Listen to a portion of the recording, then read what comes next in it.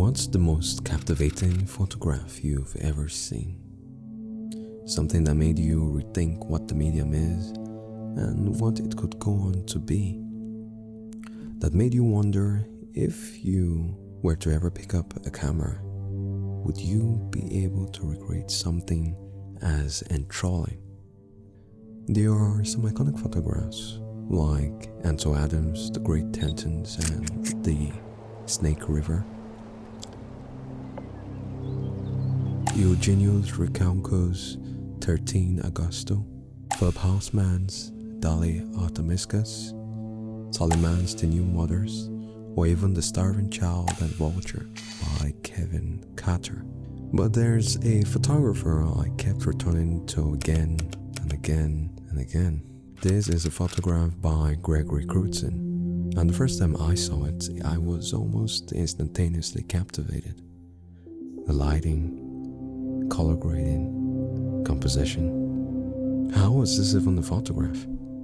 It was a big difference from what I had come to expect from the medium. I thought this was a painting. These weren't what I was accustomed to seeing photographs looking like. What is Gregory Crewdson trying to communicate with these? One thing most of his work seem to have in common is we seem to have just barged in uninvited into an event, or we just happen to stumble into something or somewhere we shouldn't be. Like here, just imagine walking home and seeing this. How would it make you feel? For me, it first makes me uncomfortable. Why is the lady half naked? Why is the woman next to the car staring kinda indifferently, like she expected this? And why is the half-naked lady slightly crouched like she's done something wrong? His works sometimes make us uncomfortable in that way, and we are left with just enough remnants of what might have ensued before our arrival that it leaves us craving for what it would look like if we saw everything play out in its entirety. Gregory Crewdson's photographs also remind me of the painter Edwardhopper. Because Hopper composes his works in such a manner, it feels like we're sharing the same space with his characters, and they seem to stare back at you like you're there in some of his works. His works also feel distant, empty, and or borderline nihilistic. The same way Hopper attempts to capture the solitude and seemingly pensive moments of the human experience, sometimes expressed with his obsession with windows. And this kind of perspective that frames his audience so they can see inside but are always outside. Similarly, Crewdson also strives to get that same effect in his works with his use of windows and distance, or perspective. I was shocked that I was right. Gregory Crewdson's photographs are in fact inspired by him, but not just the likes of Hopper, but Crewdson himself cited that films like Vertigo by Alfred Hitchcock,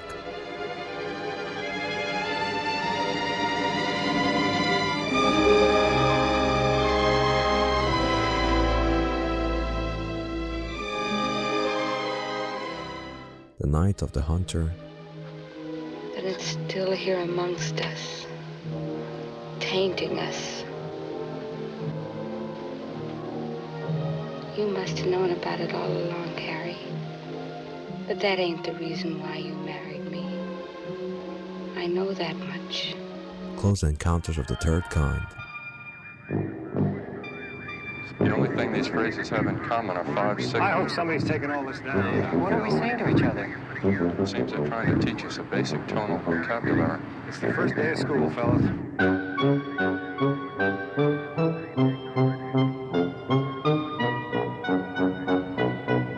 Take everything from the lady. Follow her pattern note for note. Blue Velvet. Don't you fucking look at me.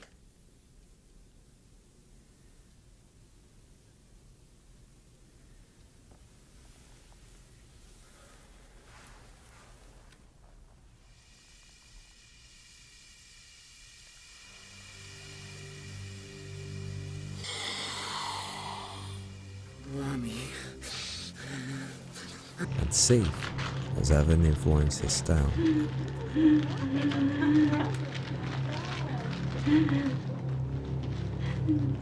Mommy? Oh, that's great. Well, I'm not gonna watch this. Well, right. Carol? But it can be All done. right? Yeah, thank you. Carol, what's going on? I don't know. Carol? Oh my God, Linda, what happened?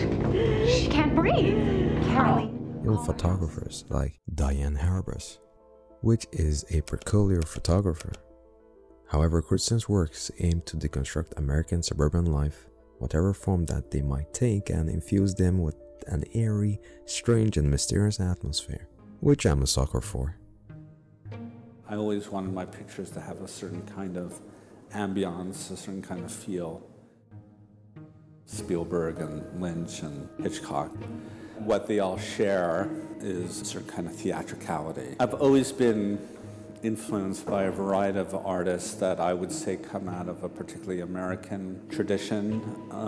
Painters like Edwardhopper and writers like Raymond Carver, and so I sort of feel like I'm part of that tradition in one way or another.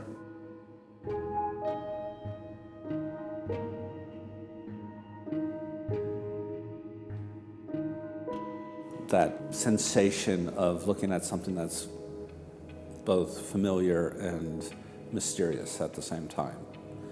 So that's the association I hope to get in almost, or in all of my pictures, really.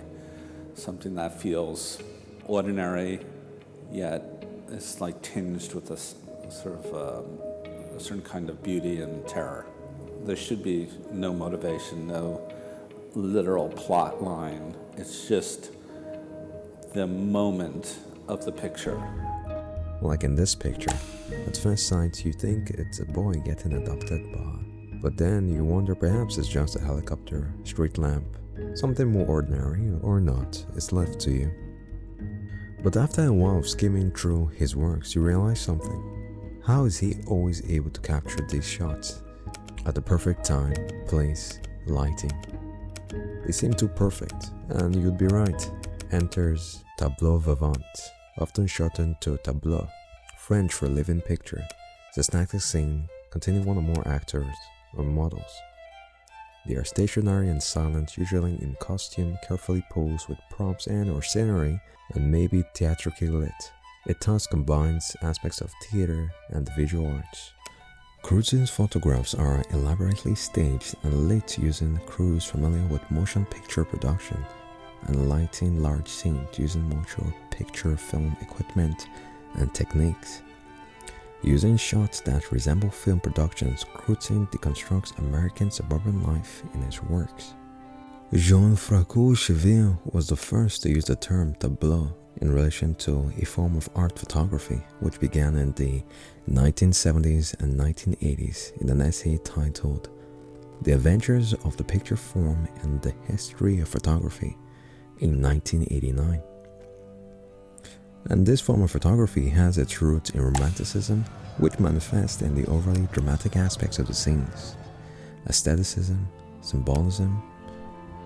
It's hard to discern when something is symbolic, because it can be unintentional. However, Gregory Crewdson's works, intentional or not, are filled with symbolism. Pre-Raphaeltism. The Pre-Raphaelites were a group of English painters, poets and artists and art critics who rejected what they regarded as the mechanistic approach first adopted by the Mannerist artist. The group believed the classical poses and elegant compositions of the likes of Raphael in particular had been a corrupting influence on the academic teaching of art, hence the name Pre-Raphaelite.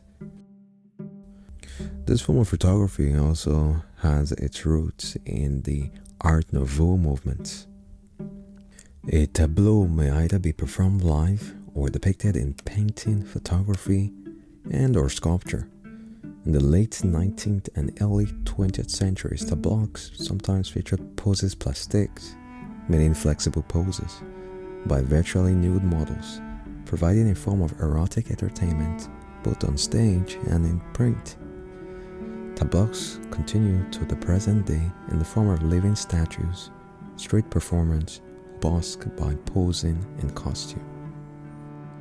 So how does Gregory Crewdson paint a photograph?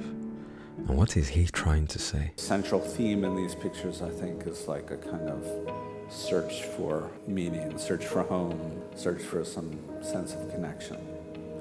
And in that way, they're very sort of connected to my life because I was also going through a kind of difficult period, and I think there's always a relationship between life and art, and that's like, I think, for me, evident